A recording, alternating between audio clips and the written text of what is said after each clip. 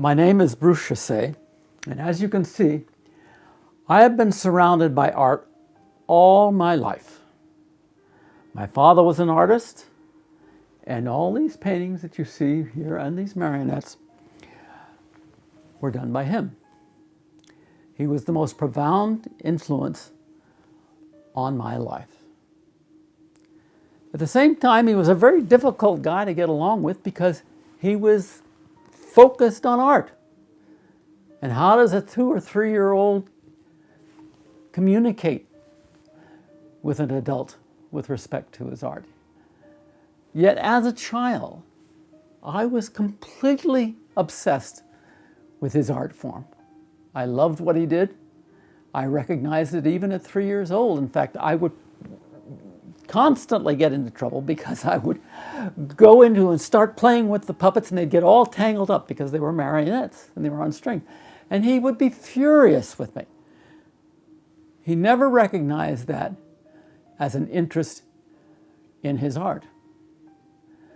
But at a very early age, I discovered that if I was ever going to get along with this guy, I was going to have to like the art as much as he did. What I want to talk to you about today is one artist's reality, my reality, and how the life experiences that you have will reflect who you are as a person and where you're going in life. Ironically, the more I find out about DNA, we find that there's a relationship between early strong role models, generationally, which will follow the family line all the way through to the present. It's called epigenetics. My father was a Creole. He was descendant from a slave. His great-great-grandmother was Justine Olivier, who had 2 marriages, brought herself up out of slavery, educated all 13 of her children, and set the path for them that many of us were to follow on down through the generations. Justine Olivier was a slave who brought herself out of slavery and became an entrepreneur. She educated all her children, saw that all of them got good education, and put the family, 2 of the family, my great-grandfather and his half-brother, in business as tailors. The tailoring business became a vehicle through which all of the Chesses could go through, learn a trade, and survive on their own. They were also civil rights activists at the same time and considered themselves persons of color. My grandfather and my father were both into denial about their black heritage.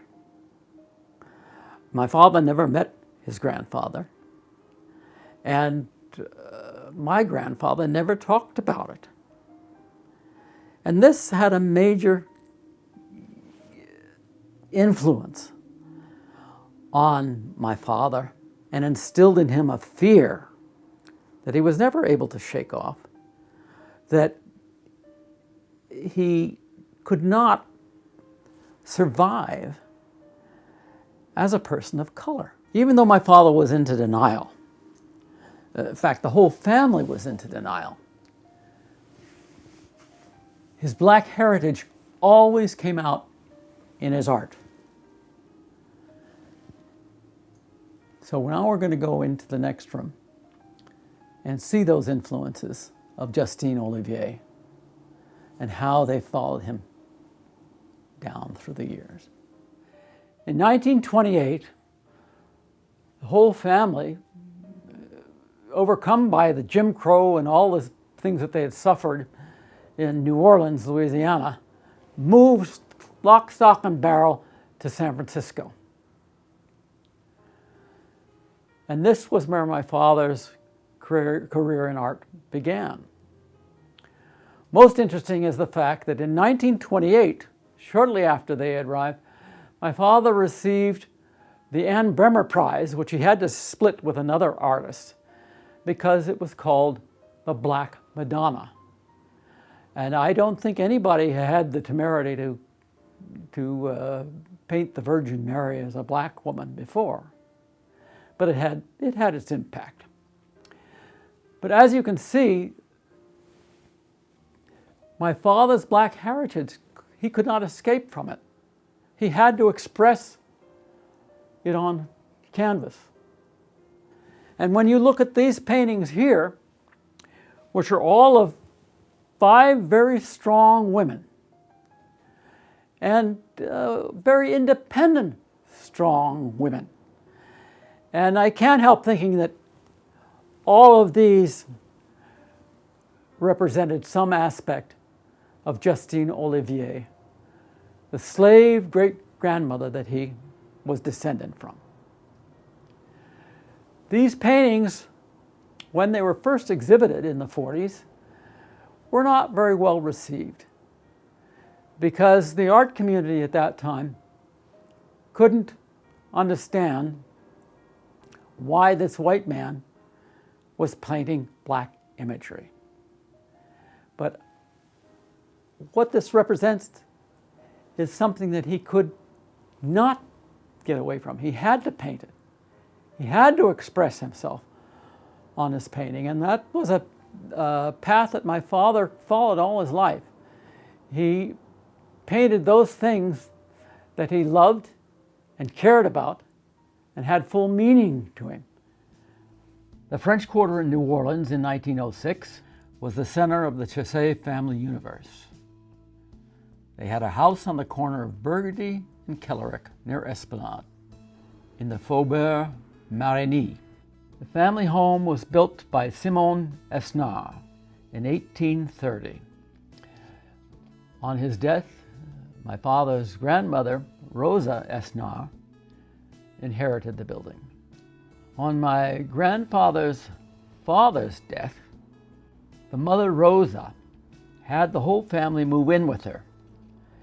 She died in 1907, and they lived in this house until 1928, when it was sold, and the whole family moved to San Francisco and went Passe Blanche. As her only child, my grandfather, Alexander Laurent III, was given every entitlement. As you can see from this picture here, he was the center of the family. My father is on his grandmother's lap in the far right. My father's father is in the center of the picture, and on the far left side, his wife was my grandmother, Marie Ticoulet, with Marcel. Marcel, who was the older brother of my father. When my grandfather took on a family, his father, the tailor Alexander Laurent Chesse, number 2, bought him a silver plating shop where the family lived a very routine, ordinary life until 1928. My grandfather had a regular routine every morning. Someone was sent out to get his dozen oysters to start off his day, and then he would take his children out for a walk in the quarter and pick up a few silver plating jobs. In the evenings, he would read to them. Oftentimes, he would read from the plays of Moliere in French to them. The family was bilingual, so French was a language that was spoken during the day and in the house. He was not a very practical man. He was very set in his ways and eccentric to beat. On his walks, if he met someone who owed him money, he would cross the street so as not to embarrass him.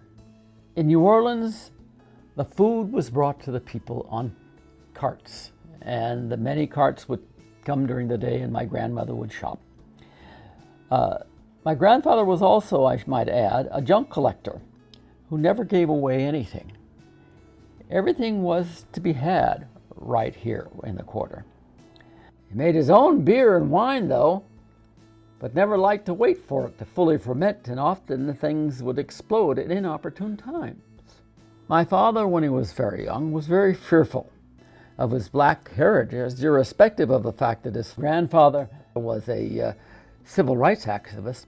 As you can see by this picture, he was even afraid of small dogs. Whenever company came, that was always something that was very overwhelming to him as well. And that seems to have stuck with him all throughout his life. He was afraid.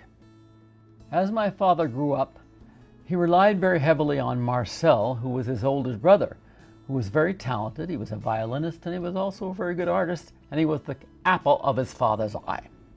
My father's fears were compounded when Marcel died suddenly of peritonitis when he was 13.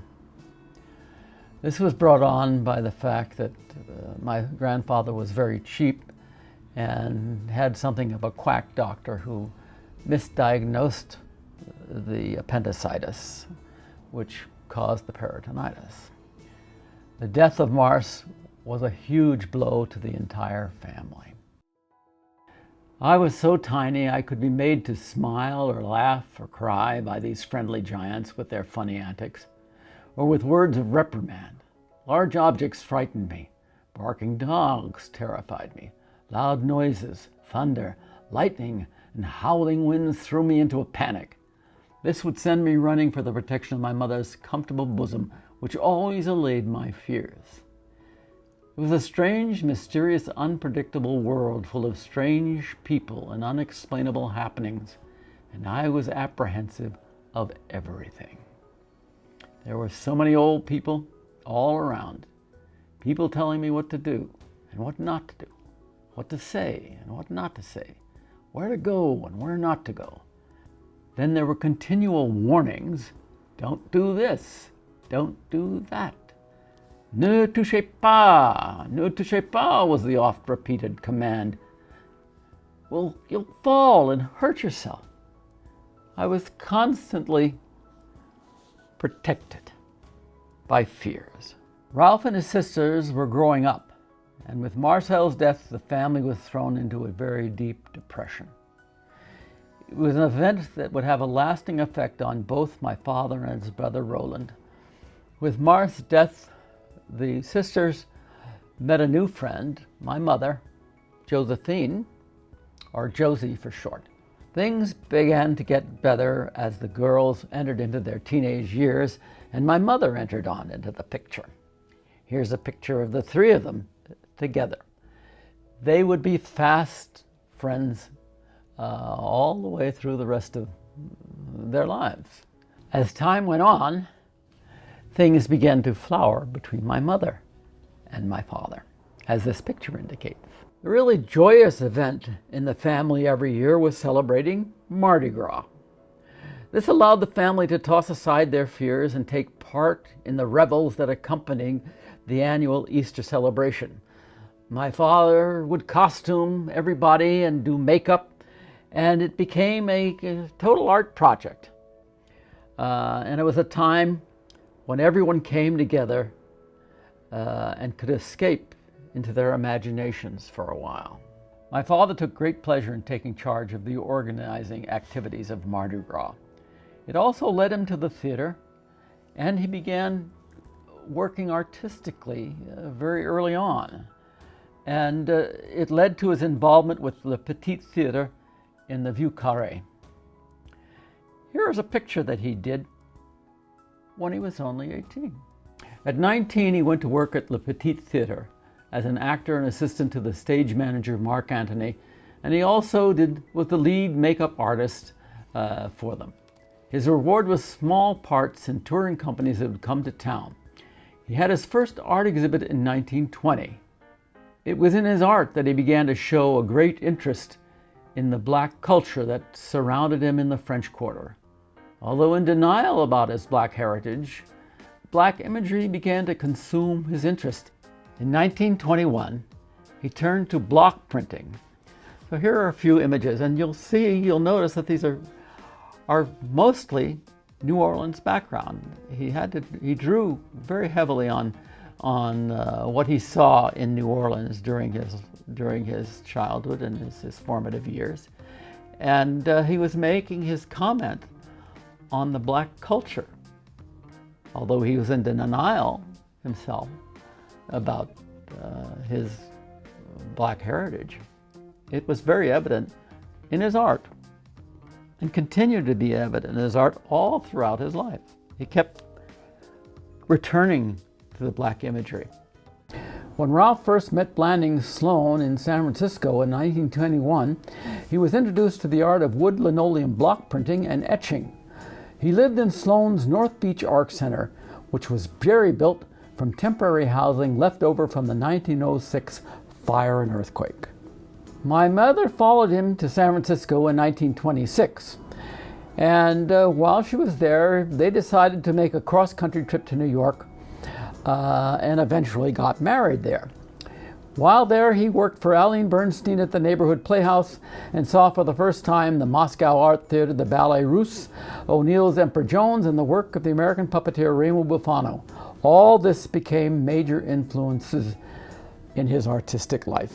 Fresh back from New York, he was challenged by Sloan to create a marionette production of Eugene O'Neill's Emperor Jones, which he followed up with another production, Shakespeare's Hamlet, which enabled him to play lead parts in many of the major classical plays that would have eluded him due to his small physical stature. In these initial marionette shows, he gave jobs to all his sisters and brother, and each in turn found a husband and wife, which again changed their focus and broadened their lives. New Orleans was now behind them. This also gave his sisters Vonnie, Ding, and Leslie an opportunity to branch out into other performing areas. In 1930, my grandfather and grandmother bought a house on the Russian River in a place called Camp Meeker. This became a summer residence for all the family from the time we were young children up until we were entering high school. During the 30s, my father opened over 4 different marionette theaters and did such productions as Mikado, Don Juan, Alice in Wonderland, in which they traveled and toured in this wonderful truck. He also did a production of The Crock of Gold, which was an Irish story about leprechauns, which was very successful. As well as doing marionette shows, my father was painting. And they would have, every year, would have San Francisco Art Association would have an exhibit. In his spare time as well, he did roles on stage in exchange for a variety of design work that he would do for the theater companies that he worked with. In 1935, was a very pivotal year for my father, because that's when the WPA was created. And he was appointed director for the Marionette Theater Project of the Federal Theater for San Francisco. And he started out doing marionette variety shows, which were always introduced by one of his special characters, George Bernard Shaw. Well, this was very successful, and he also did a number of regular marionette shows, which he brought back from what he was doing in the 30s. But in 1937, there were some problems down in Los Angeles, and he was sent down to take care of those problems. And he was now made managing director for the Federal Theater Marionette Theater Project for all of California. And here we see a picture of his entire Los Angeles crew. My father, when he got down to Los Angeles, he wanted to do full-length productions, and the Los Angeles puppeteers were very stuck on doing variety shows. So he brought his old variety show from San Francisco to spice it up a bit. The conductor now became Arturo Toscanini. And the way my father set up the show and created the symphony behind Toscanini was to have shadow puppets in the background. So he was conducting to these shadow puppets. The Walt Disney animators began to show up at the performances. They were copying and drawing the Toscanini and the shadow characters. Now, a little later on, Fantasia came out. And my father always insisted that Walt Disney stole that idea from him. In 1939, my father was transferred back to San Francisco to perform at the San Francisco World's Fair, where he did a production of Pinocchio. And we moved to a place called Uranus Terrace.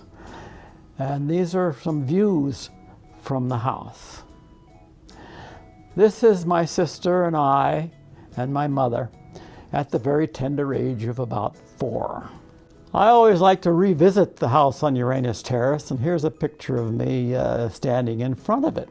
It was a very exciting house. It was large, and it had a big front yard. It had a big backyard, and the interior was pretty interesting as well. Here we see the upstairs of 26 Uranus Terrace, where my father had his art studio. And this is the art studio. He had a complete view of San Francisco, and it was a very productive time for him. He did over 50 paintings. In 1930, my Uncle Roland got my father a berth on his transport ship, and he did a tour of the Far East, picking up soldiers in New York and coming back through the Panama Canal and going to Manila and other points in the Far East.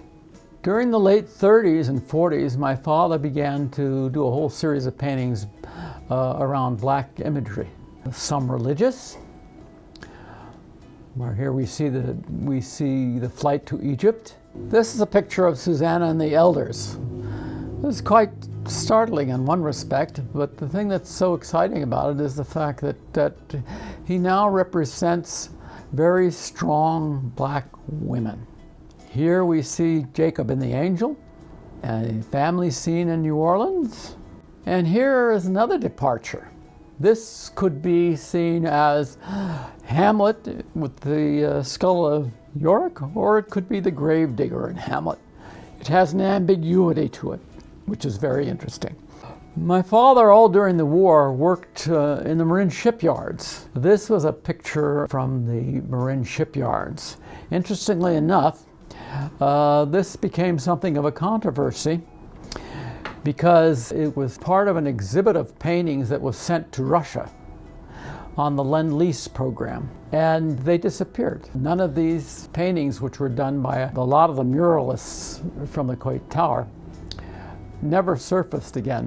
They're lost somewhere in Russia. This is a painting that I gave to Simon Callow, and it's a very iconic picture. It's a picture of backstage, it was done in 1935, of a dressing room for a production of Volpone. And all the people in this picture were real. They were WPA actors. And one of the things about the WPA is that the little theater groups formed in the WPA went on to have longer lives than the WPA. This group of people worked until 1955. This is a picture of my sister and I. It's the only portrait that my father did of us as children, and I'm very attached to this one. It has a lot of meaning to me because it is one of the most positive statements he made about my sister and I as children.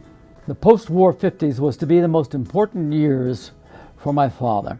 In 1952, he ventured into television with a program called Baron Woodley and His Friends on Channel 4, broadcasting from the old Sutro Mansion on Twin Peaks. Baron Woodley would interview famous characters from stories and fairy tales like Red Riding Hood and the Big Bad Wolf.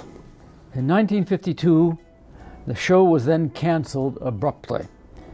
Following the show, my father was hired by the Latham Foundation for the Promotion of Humane Education to create a marionette show devoted to understanding animals and the environment. It was developed for KPIX as part of the Captain Fortune children's television program. Brother Buzz was a 20-minute marionette show based on stories by Dolores Wilkins Kent, The program ran from 1952 through 1969. Remarkably, my father was responsible for all elements of the production, starting with writing the scripts, designing the marionettes, and playing the majority of all the character parts, with both my brother and I playing Brother Buzz and Letty Connell Schubert playing Busy Bee, and taking on all the female parts as well. It was the longest sustaining children's program on the West Coast, lasting 17 years longer than Howdy Doody. It stood the test of time and became very iconic for its use of the environment and animals. Brother Buzz allowed my father at 53 to have a steady income, making possible his going to Europe for the first time in 1956. It brought him back to painting on a full-time basis, allowing him to pursue many directions with respect to his life and art. 1956 was pivotal to changing the course of his life as well as mine. It enabled both of us to make choices that were to have a profound effect on our realizing who we were as artists.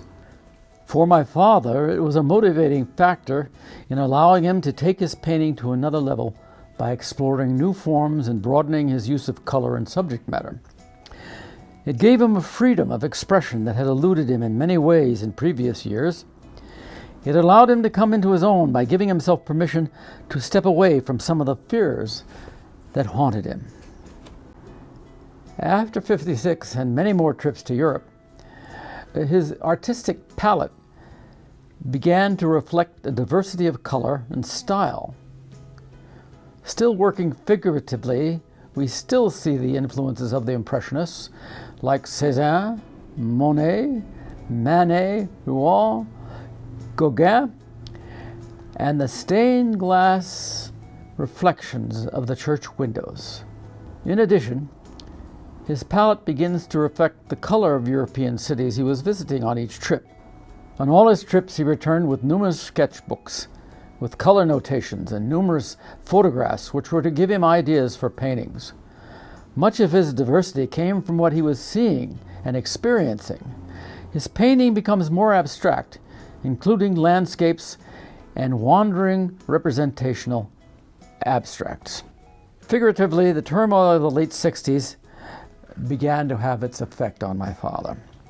We lived in the Haight-Ashbury neighborhood, and the hippie generation began to change that neighborhood, and what was happening there and in the Castro, where we had lived during the 40s and early 50s, began to change.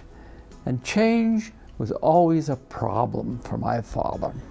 He was fascinated with the freedom expressed by the hippie generation, but repulsed by their loose morals, and in one sense, he subconsciously was envious of their lack of conformity. The 60s through the 70s and the 80s also brought ideas anew.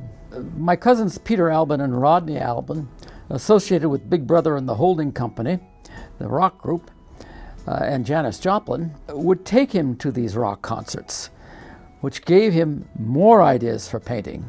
In 1967, he was invited to exhibit at the Walter Moore Gallery in San Francisco with the rock and roll poster artwork of Wes Wilson, Rick Griffin, Stanley Mouse, Alton Kelly, and Victor Moscoso. In 1979, my father returned to Shakespeare with marionettes. With a grant of $5,000 from Doug Laird, who was a fisherman from Prince Rupert, Canada, I was able to produce a marionette production of Macbeth. My father built all the marionettes, designed the sets and props. My brother took on the chore of directing.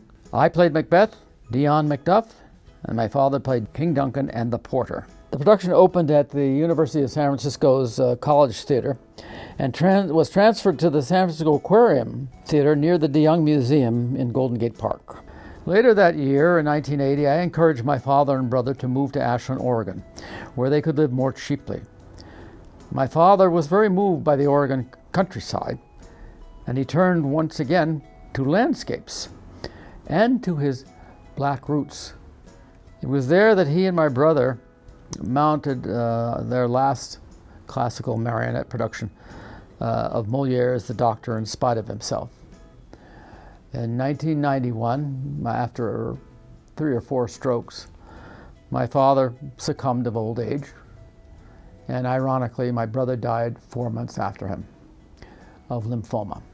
Now we're going to go to San Francisco, where it all began in 1928.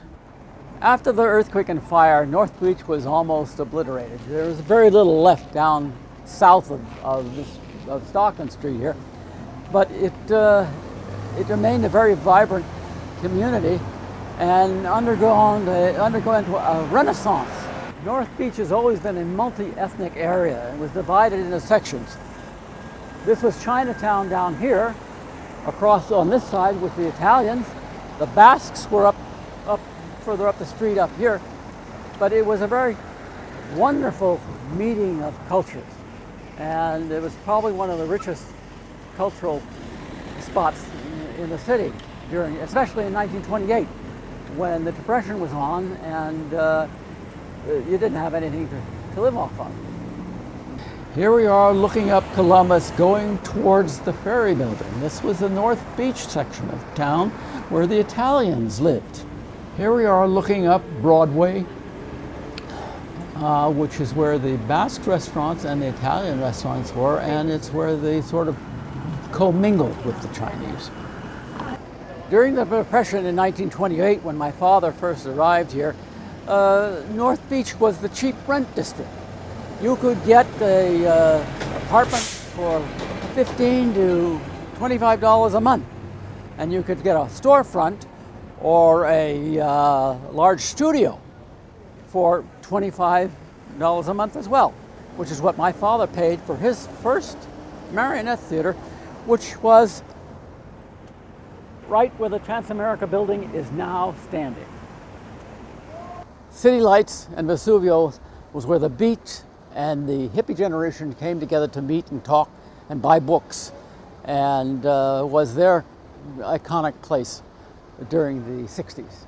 Behind me is the Flatiron Building, and that's where Enrico Banducci started The Hungry Eye, where I got to see Joan Baez for the first time and all the major comedy acts that came through San Francisco during the late 50s and all through the 60s. Also was across the street from that was the Purple Onion, and that was where the Smothers Brothers got their, and Phyllis Diller got their start. This is 12 Adler Place, which is one of the first lesbian bars in North Beach. It also became a very central gathering place for all the gay people in San Francisco at the time. Of course, they didn't have to worry about the cops here because they paid off protection. This was the Tosca Cafe. This was a great gathering place for all of us at late night after the movies or after the theater.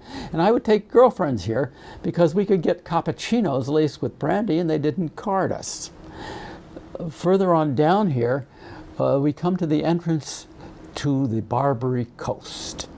Born during the gold rush days, the Barbary Coast was a loose 9-block area centered on a 3-block stretch of Pacific Street, now Pacific Avenue between Montgomery and Stockton Street.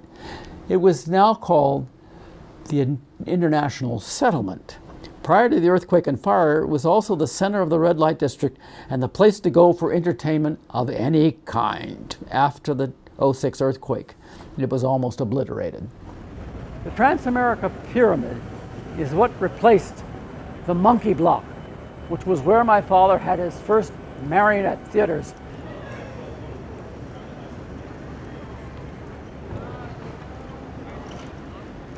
In 1928, my father's whole family moved out here to San Francisco, and it was quite a move for them.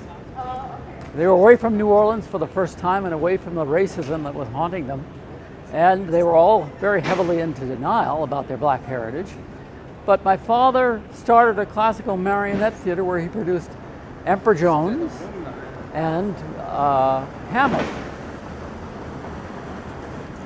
In these classical marionette theaters, my father took his young sisters, who were all early 20s or teenagers, and they all came to work in the puppet theater. And he split the focus, took them out of New Orleans and brought them into this mecca of San Francisco, where art was at its creative height. And what he did in doing this was he sort of rebore the family and got them to focus on something apart from the troubles that they had in New Orleans. Behind me is the infamous and notorious Black Cat Cafe, which established itself in the early 20s and ran through the early 50s, and then became the Melvin Belli law offices. Here was a place where all gays were welcome, they were not harassed. The city paid protection to the police department, and the gay time was had by all. In fact, when I was making a film called The Experiment in Terror with Blake Edwards, which starred Glenn Ford, we had to haul him out of the Black Cafe and sober him up so he could make his next shoot up at the Roaring Twenties. It still had its fascination. This is Grant Avenue, the center for activity in North Beach, for tourists as well as the people who lived here. There are many storefronts here and also bars and restaurants, and you could hang out in those places for days on end. Grant Avenue in 1928 was an important place for the artists. This is where they could live and have some really cheap rents, and it was also the road up to Coit Tower. The Coit Tower was built in 1933 on top of Telegraph Hill, using Lily Hitchcock Coit's bequest to beautify the city of San Francisco. At her death in 1929, Coit left 1/3 of her estate to the city for civic beautification. The tower thus came to be. This is the mural that my father did for the Coit Tower. And you'll notice there's nothing threatening about it. And it's really interesting that also when you look at most of the paintings around here, as vocal as some of the artists were, persons of color were not represented in this tower. All of the artists in this were paid about $25 a month to work on it. So that's what they were interested in. Because it was the Depression, nobody had any money, and it was work. The portraits on the stairway were done by Lucien Labeau, who was my father's best friend and who wanted to go very badly to Burma and draw the war, and was killed at a very young age in the plane before, just as he got to Burma, the plane crashed. And so that was the end of his life. The only person of color in all these murals. This was Blackstone Court, where the whole family moved to in 1928, and it is exactly the same house. The only thing that's done is a renovation to it. I am chagrined. The Blackstone Court house has turned into a gated community. When last I saw it, it was all grassland with 2 little houses on it. This is 26 Uranus Terrace. Well, I must say I'm a bit overwhelmed just sitting here on these steps, because things have changed since when I lived in this house for 16 years in 1939 up through 1956. My father had been transferred from Los Angeles, running the WPA Marionette project down there. He moved us all up here to go to do puppet shows at the World's Fair on Treasure Island. And that's why we came back to San Francisco. And this is where we stayed, and really, it was where I grew up. And I don't think you'll find a greater place to grow up in. This is Wayne's grocery store on the top of the 17th Street Hill, just across the street from my house. When you look down 17th Street, you can see all the way down to the Castro. This is a very steep hill, and walking up and down it was quite an effort. And because we never had a car, I did a lot of walking on that hill. And at the bottom of that hill is Castro, which is the entrance to the Castro Valley. And that was our neighborhood secondary to the Haight-Ashbury, which was our first neighborhood, which was on the other side of the hill. San Francisco is very famous for a lot of its scenic wonders, and this is Vulcan Street, which is a wonderful little stairway all the way down to the Castro. And when I was a kid, I used to deliver newspapers. It was the shopping news. So I would walk down these with 200 papers on my back and drop off shopping news at each one of these houses on this wonderful, beautiful street. This is Statue Hill, which is across from 17th Street. During World War II, and we used to go up there and watch for planes, Japanese planes that were coming. And the whole inside of it was covered with pictures of different planes. This is Twin Peaks Boulevard, the road going up to Twin Peaks. But this hill here was a great playground for us kids. We always used to play and fool around on that hill a lot. And it was very steep. So sometimes we got stuck and we had to get the fire department to come up and get us off the hill.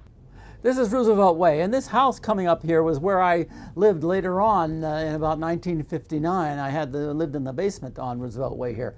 Now, Roosevelt Way was a very scenic route. It took the 43 bus, and it took us all the way down to Market Street where the old Mint is. And that was how we got to downtown. By the public transportation. This is the San Francisco Presidio, which is now called the Golden Gate Recreational Area National Park now. And one of the great things that we had was to go and explore around the Presidio, but more importantly, we went to Fort Point, which was the place that we had most fun. Now we're on the road to Fort Point. And that was a very exciting place for us as kids. This is Fort Point. This is one of the most exciting places to come to as kids in the Presidio. We either got here by bike, on foot, but as we became teenagers and somebody had a car, we'd drive down here. And this Fort Point at that particular time was closed. It was not a part of the National Recreation Area yet. So we'd have to break in. It looks like they got surfers out here today, but boy, during my day as a kid, there were no wetsuits. If you got out in there, you'd have froze to death or drowned. Looking at Fort Point here now, it looks like something like a glorified blockhouse, but in actuality, it isn't. It's within inside of it, if you could get inside, which we can't today because it's closed, but once inside here, it's a vast corridor out where there's a big marching field in there, and all the rooms were all around the sides, and it was 3 stories up. And when you got up there as kids, when there was no railings or anything, and it was a very dangerous place to be because you could fall off the top of it there, right down there, and kill yourself very easily. But that didn't bother us. We played cops and robbers. We played every kind of game you can think of, make-believe game in there, and we could spend hours just roaming around there. And that door over there was not very well fastened. It's been improved for the Golden Gate Recreation Area here, but we could break in, and that's what we did as kids. We'd break in there and spend a lot of good days there, especially when it was nice and stormy, because inside there we could be out of the storm yet in the storm at the same time. This fort goes back to the Spanish times. In 1793, the Spanish built it, and it was called the Castillo De San Jose, and it was built to defend the Golden Gate from the top of the cliffs where Fort Point stands today. Everything about this building is French. Alma Spreckels was a Francophile. The Alma Spreckels married into the Spreckels sugar family. They had made a lot of sugar in Hawaii, sugarcane sugar, not beet sugar. At any rate, it allowed her to build this edifice when she inherited her husband's money. This is the Palace of the Legion of Honor, and it is an homage to everything French and everything Parisian, including a statue of a thinker, a replica, to greet you. This is Rodin's thinker. What is he thinking? This is inside the Palace in the Legion of Honor, Alma Spreckels' homage to everything French. It's a wonderful museum and one of the most picaresque museums in San Francisco today. This is the entrance to a cute, wonderful matchbox theater here in the Palace in the Legion of Honor. And it has a great deal of sentimental value to me because it's here that I did my last performance on stage in a Moliere play with my father called Le Femme Savant. I played his brother in this particular production. But it has great memories and was something that we both cared a great deal about. My mother was a rather extraordinary woman.